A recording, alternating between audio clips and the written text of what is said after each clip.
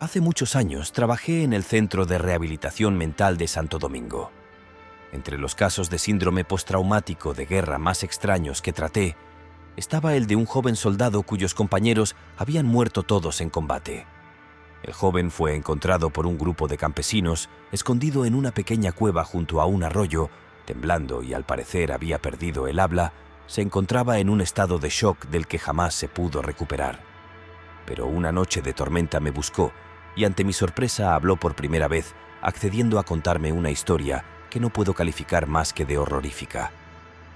Ignoro qué razón lo llevó a imaginar semejante alucinación. He aquí su relato. La noche estaba ya bien entrada cuando el capitán dio la orden de detenernos. Habíamos estado avanzando a través de la jungla sofocante por cerca de 6 horas sin encontrar rastro de los rebeldes. Ellos nos tendieron una trampa. Habíamos estado siguiendo una pista falsa. Nos sorprendieron y emboscaron nuestra unidad. Ahora solo éramos 4 sobrevivientes tratando de salvar nuestras vidas. Sé que no es digno de un soldado huir, pero ¿qué otra cosa podíamos haber hecho? Éramos solo 4 contra demasiados. Nos sentamos lentamente y en silencio. La oscuridad se había hecho muy densa y gruesas gotas de lluvia habían reemplazado la pertinaz llovizna que nos había acompañado durante todo el día. Tratamos de protegernos como pudimos del aguacero. Imagino que debíamos presentar un aspecto lamentable. Vi el dolor en el rostro del capitán y mis compañeros. Creo que esto es demasiado. Es decir, cuando te haces soldado crees que eres invencible. Nada te puede destruir porque eres el bueno. Luchas por la paz y la justicia, y aunque sabes que es probable que estas situaciones puedan ocurrir, al momento de la verdad nunca estás preparado para ver morir a tus compañeros, a tus amigos, los hombres con los que te has formado y has compartido tanto, tus hermanos. Saqué de mi bolsillo la fotografía de Luisa y la contemplé. Se la había tomado durante un atardecer en las playas de Cartagena. Lucía hermosa con su cabello rizado, al aire, y me sonreía como solo ella sabía hacerlo. Miré a mis compañeros. Gary era alto y larguirucho. Tenía la mirada perdida en algún lugar. La verdad es que casi no hablaba con él. Era un tipo de pocas palabras y pocos amigos. Mario había encontrado una roca donde sentarse y parecía estar llorando, pero trataba de disimularlo. El capitán, que se había alejado un poco, regresó y ordenó que descansáramos e impartió los turnos para hacer la guardia. A mí me asignó el tercer turno, después de Gary. Traté de descansar haciendo caso omiso a los insectos que me torturaban y fue entonces cuando creí escucharlo. Era como suaves murmullos que parecían provenir de todas partes. Inmediatamente alerté a los demás. Ellos también lo escucharon. Mario especuló que podría tratarse de un pueblo en las cercanías, pero el capitán receló. Dijo que podría tratarse de un campamento rebelde. De repente los murmullos cesaron y el bosque volvió al monótono sonido de la lluvia. Esperamos cerca de media hora, pero no volvieron a repetirse. La lluvia fue amainando y me quedé dormido. Todavía hoy me parece escuchar el grito de Gary que me despertó. No fue exactamente un grito, más bien fue Dios. Como un alarido de terror que me heló las venas. Nos levantamos y empuñamos nuestros fusiles. Gary no estaba en el puesto de guardia. Se escuchaban risas como de muchas personas a nuestro alrededor. No podíamos verlas, pero era evidente que se burlaban de nosotros y se deleitaban con nuestro miedo. El capitán daba gritos pidiendo a los extraños que se identificaran so pena de abrir fuego, pero las risas aumentaron a crueles y macabras carcajadas. Entonces volvimos a escuchar a Gary pidiendo auxilio a gritos y corrimos hacia la dirección de donde provenían disparando hacia atrás, hacia la espesura. No sé exactamente cuánto corrimos, calculo que cerca de 1 kilómetro. Solo sé que los gritos de terror de Gary siempre se escuchaban a la misma distancia por más que intentábamos llegar a él. Hasta que repentinamente cesaron y nos detuvimos. Al parecer, quienesquiera que fueran los de las risas misteriosas no nos habían seguido. De todos modos, permanecimos espalda contra espalda, con los fusiles en posición de tiro. La lluvia finalmente había terminado y las nubes comenzaron a dispersarse. El brillo de la luna iluminó las copas de los árboles altos, mas no a nosotros porque la vegetación era muy tupida. Reinaba un silencio casi absoluto. Tal vez fuera mejor así. En el estado en que nos encontrábamos, si una lechuza hubiera cantado, la hubiéramos callado con un torrente de balas. Transcurrieron cerca de 2 horas que ayudaron a que calmáramos un poco nuestros alterados ánimos. El capitán trató de elevarnos la moral. Afirmó que los rebeldes fueron muy listos y que los felicitaba porque lograron asustarlo a él y secuestrar a uno de sus hombres en sus narices, pero que por el bien de ellos era mejor que no le hubieran hecho daño. Pero yo, y estoy seguro que Mario también, dudábamos. Repentinamente una brisa helada se filtró entre los árboles que se estremecieron. El capitán se había quedado mudo en medio de su arenga, mirando en todas direcciones. Mis sentidos estaban aguzados al máximo. De repente los vimos a nuestro alrededor. Eran como siluetas, sombras borrosas, que saltaban a gran velocidad entre las ramas de los árboles que nos rodeaban y luego se abalanzaron sobre nosotros. Creo que podría compararlo a estar en medio de una bandada de aves o murciélagos gigantes. Se movían entre nosotros, rozando nuestros cuerpos, arañando nuestros brazos y rostros. Era horrible. Gritábamos y tratábamos de protegernos y de alejarlos golpeándoles o disparándoles, pero extrañamente nuestros puños solo se encontraban con el aire, y las balas parecían no afectarles en lo más mínimo. En nuestra desesperación, hicimos lo único que el instinto nos aconsejó: echar nuevamente a correr. A pesar del terror que nos invadió, por lo menos permanecimos juntos. Los dejamos atrás, pero no por mucho tiempo. Mientras corríamos, escuchábamos un constante revoloteo tras nosotros, y al volver la vista, distinguí una espesa nube negra que avanzaba sobre los árboles en nuestra dirección. Corrimos y corrimos a través de la selva hasta quedar sin aliento, hasta que nuestras fuerzas llegaron casi al límite y caímos en la tierra húmeda y lodosa, esperando lo que el destino nos deparase. Cuando reparamos en que nuevamente estábamos solos, noté algo de alivio en Mario y el capitán, pero había algo que no me cuadraba. Fueran lo que fueran, esas criaturas eran muy rápidas. No lograba entender por qué no nos habían dado alcance, y un pensamiento cruzó por mi mente, pero lo aparté deseando que solo fuera algo infundado. Pasó cerca de 1 hora. Mario finalmente no pudo más y rompió a llorar. El capitán había permanecido arrodillado con la vista en el suelo y lo miró como si fuera a reprenderlo, pero no hizo nada y volvió a clavar la mirada a la tierra. Ahora era un hombre derrotado, no solo en las armas, sino en su alma. No sabíamos qué hacer, cómo actuar ni qué pensar. Esto parecía una pesadilla, una cruel y horrible pesadilla. Entonces algo llamó mi atención. En la lejanía sobresalía una pequeña colina y cerca de su cumbre se distinguía el débil pero inconfundible brillo de una hoguera. El pequeño fulgor anaranjado nos arrojó una luz de esperanza y de inmediato apresuramos el paso hacia allá, sin importar lo exhaustos que estábamos, solo deseando salir cuanto antes de esa selva maldita. No sé por qué, pero sinceramente creíamos que el fuego alejaría a los fantasmas o lo que fueran, como cuando eres niño y estás seguro que si mantienes encendida la lámpara junto a tu cama, el monstruo del armario no se atreverá a salir. Tal vez suene un poco egoísta, pero en ese momento no nos importaba más nada. No pensábamos ni siquiera en qué había sido de Gary. Toda nuestra mente, toda nuestra energía y nuestra fuerza estaban concentradas en llegar hacia ese diminuto punto de luz. La colina se encontraba del otro lado de un pequeño valle que descendimos para atravesar. En el fondo lo cruzaba un arroyuelo de aguas cristalinas que brillaba a la luz de la luna. Todos los arroyos llevan a alguna parte, y medité la idea de que tal vez fuera mejor seguir su curso en lugar de subir la loma, pero deseché la idea porque la fogata se encontraba ahora muy cerca y nos atraía cual poder hipnótico hacia una supuesta seguridad. Dios mío, ¿por qué no hice caso a esa voz interior? Ascendimos por la suave pendiente. A medida que subíamos, la vegetación se hacía menos densa. La cima estaba despoblada de árboles, pero cubierta de maleza alta y pegajosa. Avanzamos a través de ella, atraídos hacia la claridad con nuestros fusiles listos. A pesar de la evidente inutilidad de estos, nos resistíamos a dejarlos, pues como nos habían enseñado, un soldado puede abandonar su misión, sus órdenes y hasta su vida, pero jamás su fusil.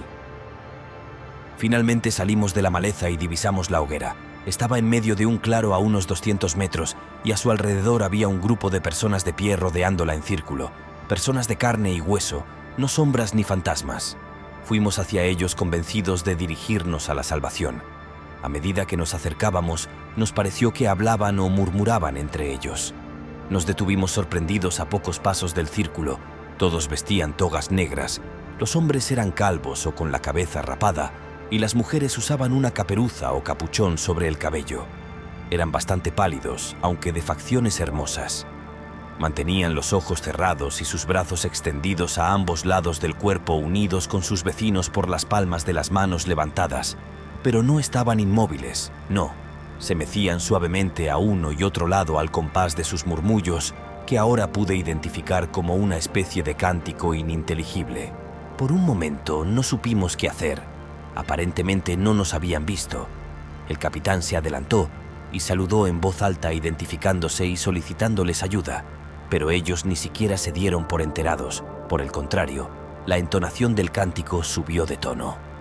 La situación no me agradaba en lo más mínimo. Había algo en el himno. No sé con exactitud qué era porque no lo entendía, pero me daba la sensación de algo profano, una blasfemia. El capitán avanzó decidido y tocó en el hombro a uno de ellos, y el cántico cesó de repente.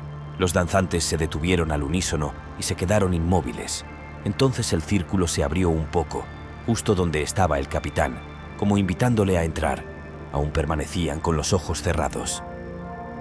Mario me agarró del brazo y esto me sobresaltó. Estaba temblando y me señalaba el suelo. Miré y me agaché a recogerlo. Era un pedazo de tela rasgado y manchado de sangre. Lo solté en el acto. Era inconfundible, el camuflado del ejército. Miré a Mario. Su rostro atemorizado me evidenció que él estaba pensando lo mismo que yo. De repente escuchamos el chasquido del fusil del capitán al caer sobre la arena. Estaba dentro del círculo que se había cerrado nuevamente tras él. Y los seres abrieron los ojos. Me quedé horrorizado contemplándolos. Eran ojos malignos, demoníacos, totalmente blancos sin pupilas y totalmente carentes de vida. Uno de los sujetos se había quedado con la vista fija en mí. «¿Capitán?», dijo Mario con voz suplicante. Pero no contestó. Entretanto, una de las jóvenes se adelantó en el círculo. Parecía mirar directamente a los ojos del capitán. No podíamos ver la reacción de este porque estaba de espaldas a nosotros. Los demás reanudaron suavemente su rítmico balanceo acompañado de su canto. El capitán avanzó 3 pasos hacia la hoguera y se detuvo. Entonces fuimos testigos de algo imposible. La joven, con los brazos extendidos hacia los lados, comenzó a levitar y se elevó en el aire hasta unos 4 metros hasta ubicarse justo sobre el fuego. Acto seguido bajó los brazos y luego extendió el izquierdo hacia el capitán. El coro creció en intensidad y movimientos. Y contemplamos horrorizados como el capitán comenzó también a elevarse. Parecía tener el cuerpo rígido y cuando llegó a ella, ambos giraron en ángulo de 90 grados y pudimos ver el rostro de él. Era una mueca de terror. Sus dientes estaban apretados como tratando de decirnos algo, pero sin poder hacerlo, y sus ojos angustiados y bañados en lágrimas miraban suplicantes hacia nosotros que, impotentes, no podíamos hacer nada. Lo que vimos después, honestamente... Aquí el paciente tuvo un ataque de llanto e histeria, pero después de unos minutos se sosegó y continuó. Su rostro, oh Dios, su rostro, empezó a transformarse de una manera horripilante. Su cráneo se estiró hacia arriba, dejando caer el capuchón y dándole una forma aberrante a su cabeza. Sus ojos se estiraron también hacia arriba y se achinaron, pero solo en los extremos, pues en la parte cercana al puente de la nariz no se movieron. Pero lo peor de todo fue su boca. La quijada se estiró hacia abajo y sus dientes crecieron de una manera grotesca. Tan solo los colmillos sobresalían unos 15 centímetros. Ahora el cántico era alto, casi ensordecedor, en un lenguaje que, a pesar de mi escaso conocimiento de idiomas, estoy seguro que nadie había escuchado. Y la horrenda criatura, apretando al capitán contra su cuerpo, le clavó violentamente los largos dientes en su cuello. Casi pude escuchar los huesos de la clavícula romperse como madera podrida. Creo que bebía su sangre, pero lo hacía voraz y salvajemente como una fiera hambrienta. El infame coro llegó a su clímax. Con un estruendo levantaron las manos hacia el cielo, hacia la luna, que brillaba justo en el cenit. Entonces la criatura levantó la cabeza y con la vista puesta en la luna, profirió un grito de ultratumba y satisfacción que retumbó por todo el valle y soltó el cuerpo del capitán, que cayó exánime sobre el fuego. El grupo profirió a carcajadas. El pánico se apoderó de mí. Mis piernas flaquearon y caí de rodillas. El nefasto presentimiento que había tenido horas antes era verdadero. Estos monstruos habían estado jugando con nosotros al gato y al ratón, conduciéndonos irremediablemente hasta este lugar para servirles como víctimas en sus macabros ritos.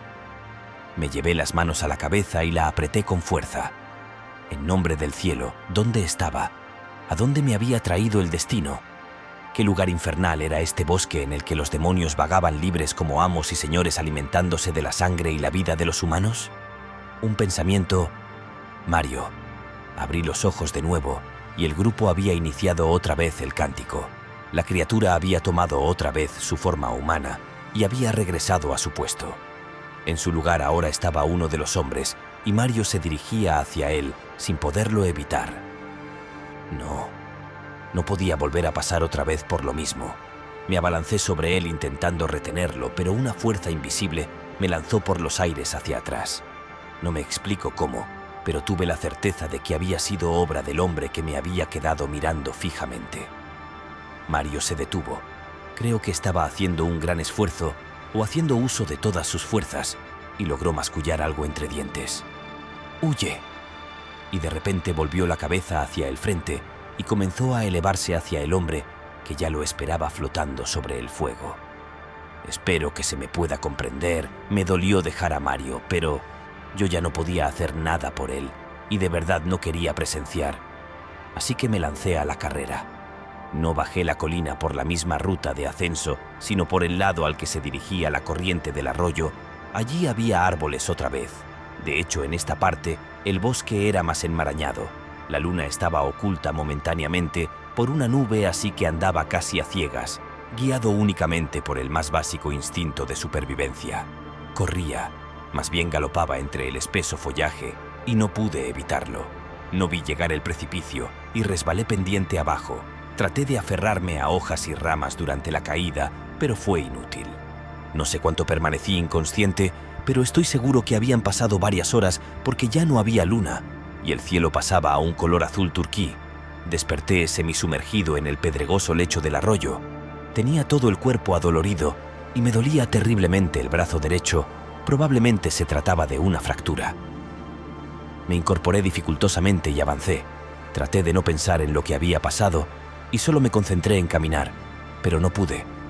La risa macabra resonaba fría y malvada en mi cabeza. Repentinamente caí en cuenta que estaba equivocado. La risa no estaba en mi cabeza. A unos metros de mí y encaramado en una rama, la criatura de la vista fija me estaba observando. Asustado traté de retroceder, pero la criatura, rápida como el relámpago, se colocó frente a mí. Entonces mi cuerpo dejó de responderme y quedé paralizado. Solo mi mente continuaba lúcida y empecé a sentirme muy ligero. Nos elevamos y nos detuvimos. La criatura inició su horrible transformación. Cerré los ojos. No había salida, solo esperar lo inevitable, pero en mi mente solo tenía una imagen, la fotografía de mi bolsillo. Luisa, mi amada Luisa, nunca volveré a verte. No volverás a alegrar mi corazón con tu sonrisa de ángel. Mi Luisa, mi amor. Y caí, con un golpe seco y sordo al chapotear en el agua. Podía moverme de nuevo y me pareció ver a la criatura retorcerse de dolor. Su mano, algo la había quemado, algo casi insignificante. El primer rayito de sol que daba por finalizada aquella noche espantosa se filtró como luz divina a través de los árboles y lo impactó en la mano. La criatura me miró con un odio feroz y huyó rauda hacia la espesura. Entonces el sol me bañó con su luz vivificante, celestial y llena de energía. Cerré los ojos para sentir su calor por todo mi cuerpo. Me incorporé. Presentí que al atardecer las criaturas volverían, así que me alejé riachuelo abajo siguiendo el curso de la diáfana corriente de agua. Fin.